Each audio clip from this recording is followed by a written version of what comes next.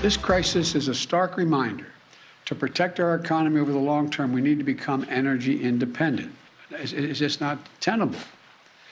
It should motivate us to accelerate the transition to clean energy. This is a perspective that our European allies share, and the future where together we can achieve greater independence.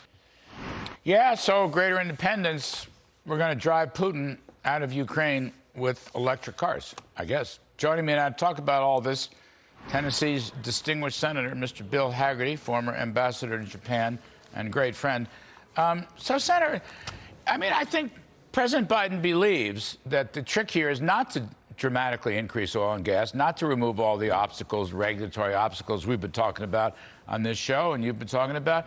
It's going to be by transitioning to renewables and getting rid of fossil fuels. So the way I think about it is electric cars will defeat Vladimir Putin. What do you think of that? Well, I think this is very typical of what the coastal elite, what the Democrats like to say. It's their version of let them eat cake, Larry. There are no electric cars to support this. And frankly, to make these vehicles, you've got to rely on countries like Russia to produce palladium. You've got to rely on countries like China for lithium.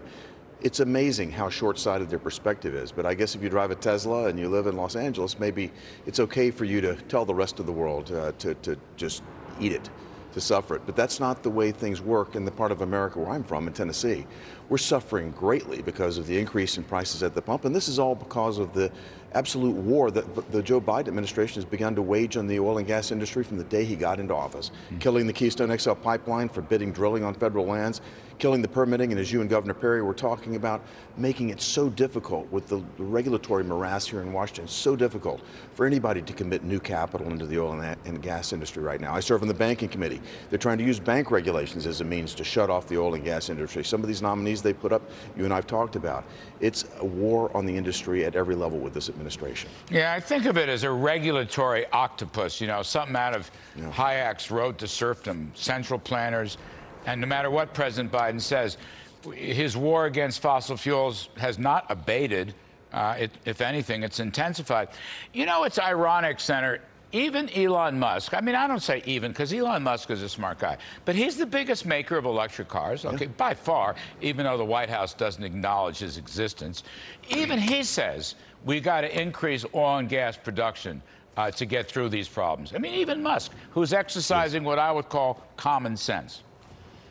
Well, common sense needs to prevail here. And I think you've got here the largest manufacturer of electronic vehicles saying this isn't the path. We've got to have a bridge to ever get to what he's talking about. And we're certainly not going to get there with the Biden administration cutting the legs out from underneath that bridge. They should be supporting our oil and gas industry, making us energy independent again, just like we were when you and I served in President Trump's administration. The first time ever we became energy independent was in the Trump administration because our policies made sense. We actually were leveraging American strength. That's America first. The Biden administration has very quickly destroyed our energy independence. We could be coming to the aid of our allies right now. Instead, we're dependent on Russia. We're now dealing with international killers like Maduro in Venezuela. We're talking about bringing more Iranian oil onto the market right now to get them to bail us out rather than dealing with American drillers. It's just a shame. Senator, can I just switch gears? Sure. I want to talk about this omnibus appropriations bill that's on the table. I cannot find anybody who has read it or knows what's in it or even knows what the top lines are. I'm hearing now $1.5 trillion. Yes. There was no regular order. There were no hearings, public hearings. There's no nothing. Now, we got to stop spending, and deficit spending and Federal Reserve have created the inflation problem. So what's going on here? I don't understand any of this. I think what's going on is Democratic legislative malpractice is what we're seeing here, Larry. I'm on the Appropriations Committee. I haven't seen a word of text. And supposedly they gave birth to a 2,700-page plus bill over in the House. No one's coming to an agreement on it yet. What they're doing is putting us on course to actually shut down government on Friday night. That's where the Democrats are taking this. They've had 3 weeks to work on this. As I say, I serve in the Appropriations Committee, and I have not seen a word. The Senate has been working on everything but our budget. So, again, it is Democrat legislative malpractice at work here. So, Senator, let me get this straight. You're on the Appropriations Committee. I didn't know this. That's my bad. But it's good for us. You don't have a bill, is that correct? The Senate Appropriations Committee does not have a bill that's gone to the floor or anything? That's correct. And the government's scheduled to shut down on Friday.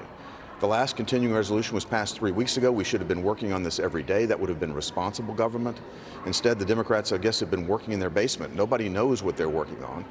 We haven't seen anything. I haven't seen anything. And, you know, they do all of this in secret, then try to drop it on us, a 2,700-page plus bill, and expect to have it passed overnight. It's not going to happen. But you haven't seen it, and we don't know if it's paid for or what's regulatory, taxing, workfare. We have no idea. Right. All these You're issues exactly that right. are swirling around.